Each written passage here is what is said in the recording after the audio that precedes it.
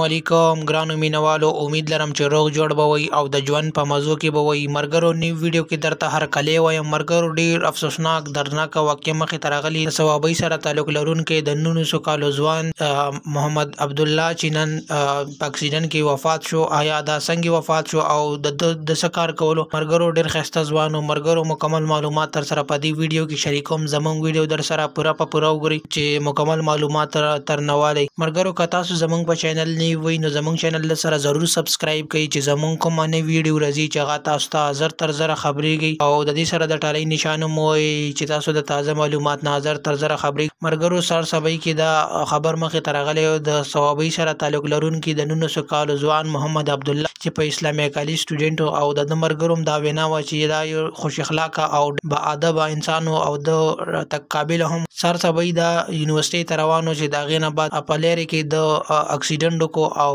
د خپل گاډی چې کوم د سره ویډز په هغه د بوټي سره ووالو چې د هغې نه بعد دا ډېر زیات زخمی شوی او د زخمی حالت کې بیا د هسپتال ته وړو. د هغې نه بعد د مور او پلار ته اطلاع وکړه چې آیا ستا زوی داسې اکسیډنټ کړی دی او په پېښور هسپتال کې پروت دی. د هغې نه بعد مور او پلار راغله او پولیس هم دا تشویش وکړو چې آیا دا څنګه. نو د هغه ټایم کې بریک فایل شوی و چې د هغې نه بعد د ډیر کوشش وکړو خو چونکې ګاډی نه ودرېدو. د هغې نه بعد د ګاډی د یو بوټي سره ووالو چې د هغې نه بعد پکې دا ډیر زیات زخمی شو او زخمی حالت کې دا بیا هسپتال ته راوړو خو د حالت ډیر زیات خراب و. د هغې نه بعد دا وفات شو. مرګرو دا ډیر ښایسته ځوان او ډیر افسوس خبره ده چې داسې ځوانان وفات شو چونکې بس سړی څه شي کول شي، مر حق او کفن کې شک دی. مرګرو که تاسو زموږ ویډیو خوښه شوي نو زموږ چینل سره ضرور سبسکرایب کړئ.